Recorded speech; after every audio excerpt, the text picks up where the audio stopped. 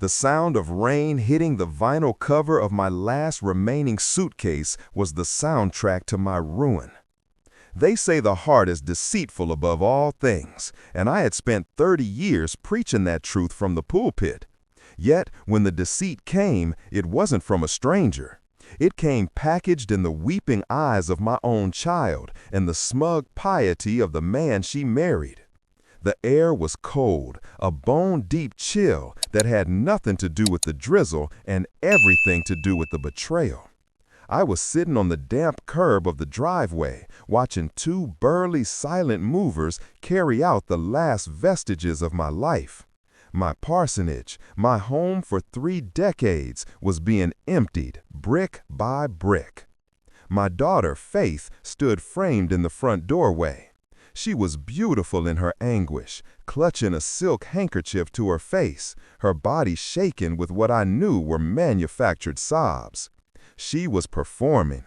She was playing the dutiful, heartbroken daughter forced to make a difficult, godly choice. Her husband, Caleb, stood next to her. Caleb was the architect of this demolition.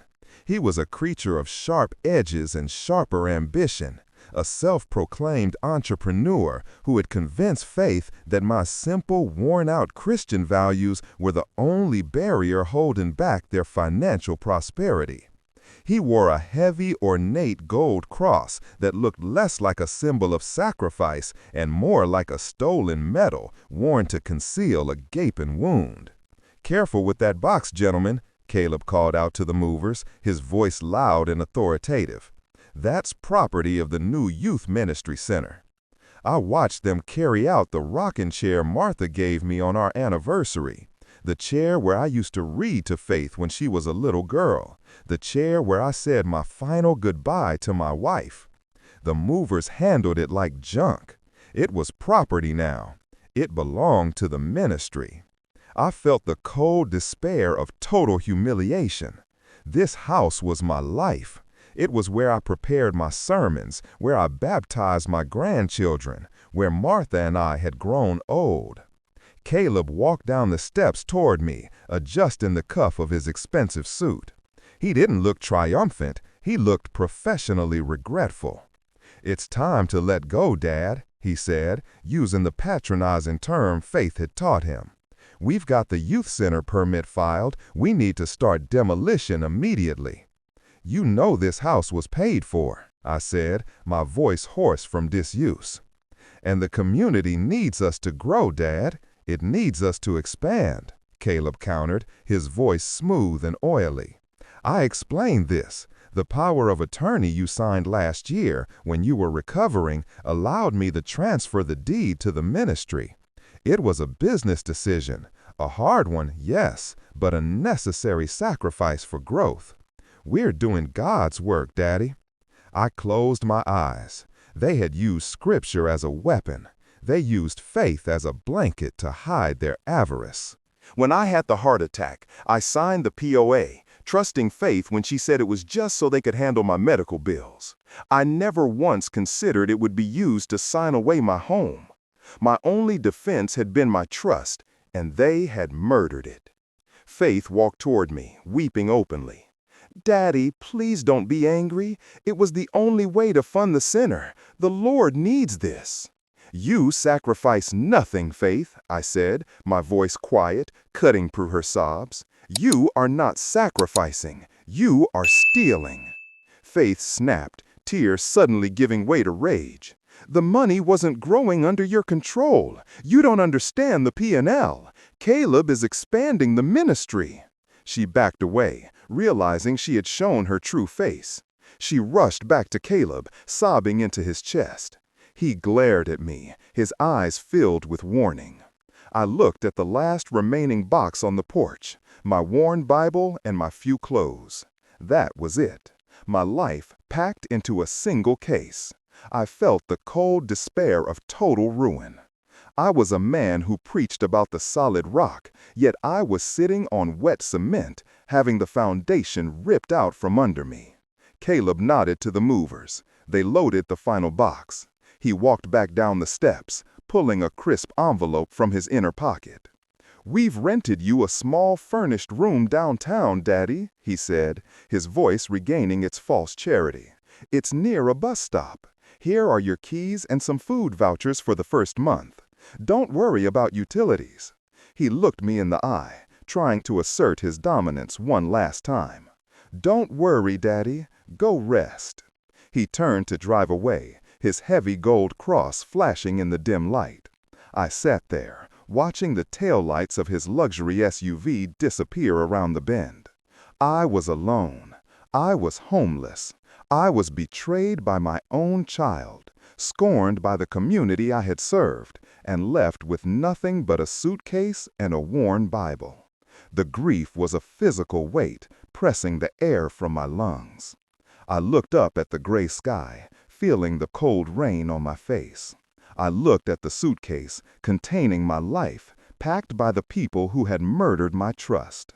I thought, I built my life on faith, but they built theirs on my weakness. They think because I preached mercy, I don't know the difference between a blessing and a bank transfer. They think they've won. I built my foundation on trust, and they used it to bury me. If you are watching this, never, not even those who preach salvation, convince you that your self-worth is tied to the size of your wallet. Check your power of attorney twice. Trust God, but verify the signature. It was the lowest point. My body ached. My heart was shattered. I felt the full, crushing weight of the injustice. Just as I reached for my Bible, the sound cut through the silence like a gunshot. Ring, ring. It was the sound of an old, forgotten flip phone hidden deep in the suitcase, buried under a pile of socks, a burner number I had kept for emergency and hadn't used in 3 years. I fumbled for the suitcase, dragging it toward me. I found the phone. The caller ID was blocked. I hesitated. I looked back down the road where Caleb had vanished. I answered it. My hand was shaking so badly I could barely hold the plastic case. I rasped. The voice that came through the receiver was sharp, secular, and utterly unyielding. It cut through the spiritual fog I was drowning in. "Elijah? It's Mary, your sister. I know you haven't spoken to me in 20 years, but I saw the deed filing. They told me you were in a coma. They told me you were unreachable." I gasped, gripping the phone tight. Mary, the divorce attorney in New York, the secular one, the one who hated organized religion. "Mary, they evicted me," I stammered, the words finally catching in my throat. "I know that, you old fool," she snapped, her voice filled with a cold rage I hadn't heard since childhood. "Listen to me, and listen fast. That property wasn't in your name. It was in the revocable trust you set up back in '98 when you first had that heart scare. I was confused, but Caleb transferred the deed. He transferred the house from you to the ministry using the power of attorney. He stole the house from the trust, Elijah, not from you personally. That POA gives him authority over your assets." The realization hit me with the force of a revelation. They hadn't stolen the house from me. They had stolen it from a legal entity, and they used a flawed document to do it. "He committed a felony," Mary stated, her voice ironclad. "He filed a fraudulent deed transfer against a trust. He thought he stole the land, but instead he walked right into a civil lawsuit that is going to make him answer for every penny he and Faith ever touched." I stood up, the suitcase tumbling over onto the wet grass. The pain in my hip was still there, but I barely felt it. My eyes, which had been blurry with tears, were now clear. I gripped the phone, the cold plastic suddenly feeling like the hilt of a sword. The house was gone, but the battle had just begun. I looked at the distant spot where Caleb's car had vanished. I felt a slow, fierce smile spread across my face. The Lord works in mysterious ways, indeed. I had been saved by the secular law, and I was ready to fight for my soul. The silence that followed Mary's voice on the phone was the most profound peace I had felt since Martha died. The silence of total defeat giving way to the cold clarity of war. I spent the next week in Mary's tiny apartment downtown. It was clean, secular, and smelled faintly of printer toner and expensive coffee. A world away from the dusty parsonage and the sweet stench of hypocrisy. I stopped playing the victim. Mary was the secular sword I needed, utterly ruthless and focused only on the law. The silence that followed Mary's voice on the phone was the most profound peace I had felt since Martha died. The silence of total defeat giving way to the cold clarity of war. I spent the next week in Mary's tiny apartment downtown. It was clean, secular, and smelled faintly of printer toner and expensive coffee. A world away from the dusty parsonage and the sweet stench of hypocrisy. I stopped playing the victim. Mary was the secular sword I needed, utterly ruthless and focused only on the law. The silence that followed Mary's voice on the phone was the most profound peace I had felt since Martha died. The silence of total defeat giving way to the cold clarity of war. I spent the next week in Mary's tiny apartment downtown. It was clean, secular, and smelled faintly of printer toner and expensive coffee. A world away from the dusty parsonage and the sweet stench of hypocrisy. I stopped playing the victim. Mary was the secular sword I needed, utterly ruthless and focused only on the law. I still carried my Bible, but now I also carried a thick stack of legal documents.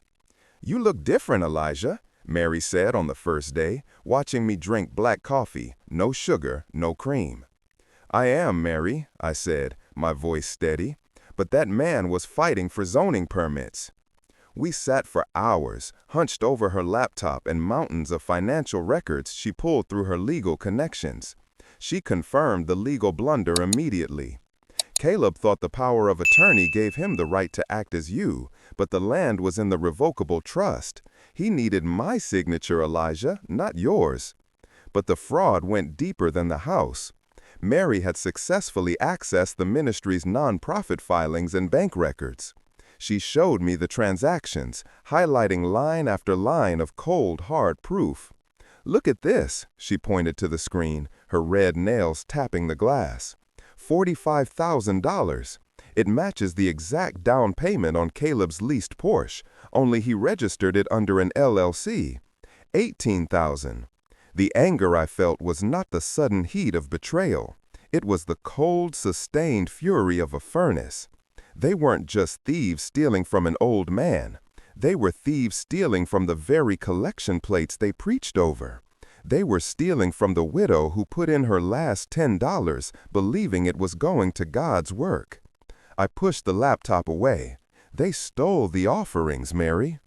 They used your name, your reputation, and your POA to cover it," Mary said, closing the laptop. "They weren't expanding the ministry, Elijah." I looked at my sister. The estrangement that had lasted 2 decades vanished. We were united by a common moral clarity. She saw the fraud, I saw the sin, but the law was the same. "We need Chief Adams," I said. "He was a rookie when I was a chaplain." "Already handled," Mary stated, pulling out a manila folder thick with documents. "Court's office this morning. The arrest warrants are active." The execution was set for Saturday night, the ministry's annual fundraising gala. The day of the gala felt like the morning of a battle. I spent the afternoon cleaning my suit. It was old, wool, heavy, smelling faintly of mothballs, but I pressed it until the lapels were sharp. It was the last suit Martha had seen me wear before she died. I was going to stand up in it one last time. Mary arrived at 5. She wore a severe black suit, her expression glacial. She was carrying the thick manila folder under her arm like a deadly weapon. "Lavender?" she asked, her voice low. "I am," I said. The setting of the gala was intentionally lavish. It was held in the grand ballroom of the city's newest hotel. Crystal chandeliers glittered above tables set with fine china and expensive wine. This opulence was funded by the community's blind faith. I walked in late, Mary pushing me slowly through the crowd. I leaned heavily on my cane, letting them see the defeated old man they expected. Faith and Caleb stood near the stage, basking in the glow of success. Caleb was on his third glass of champagne, his gold cross catching the spotlight. We waited in the shadows near the bar, watching the collection plates begin to circulate among the donors. They were asking for the final offering, the closing funds for the new youth center, my former home. "We go now," Mary whispered. I began to walk down the center aisle. My cane clicked sharply on the polished marble floor, a sound that cut through the soft drone of conversation. People looked up. They saw the old pastor they thought was in a coma, the man who had been the topic of so much pity, walking toward the stage. Caleb saw me first. The blood drained from his face instantly. He grabbed Faith's arm. He tried to smile, a frantic, desperate stretch of his lips. Caleb boomed into the microphone, his voice echoing in the sudden quiet. "Praise be to God! You made it! We thought you were too ill!" I reached the front of the room. Mary stood beside me, handing the manila folder to Chief Adams, the county sheriff, who was standing stiffly by the stage. Adams opened the folder, his eyes scanning the documents. I reached out and gently took the microphone from Caleb's trembling hand. Caleb tried to stop me, his eyes wide with terror, but he was too late. I was holding the symbol of their power. I looked out at the room, at the faces of the community who had trusted me for 30 years. I saw my neighbor from down the street, Mrs. Henderson, who had just dropped a check into the collection plate. "Friends," I said. My voice was rusty, but it was strong. It carried authority. "Caleb is correct. God is good." I looked directly at Faith, who was now trembling, tears finally running down her face, real tears this time, tears of fear. "Faith," I said, "do you remember Matthew 6:24? I paused, letting the silence hang heavy. "You chose the love of money. You chose the love of the world." I turned my attention to Caleb, who was breathing in short, shallow gasps. "Caleb, you have been collecting tithes in God's name, but you have been serving yourself. You claim God blessed this ministry by providing the new land, but the land was not gifted, it was stolen." I nodded to Chief Adams. "But more grievously, you did not steal from me. Chief Adams has the records. You stole the offerings."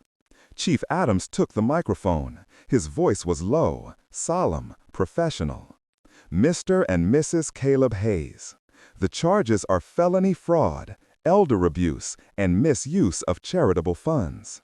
The ballroom erupted. Donors screamed. Chairs scraped back from tables. The news camera surged forward, their lights blinding.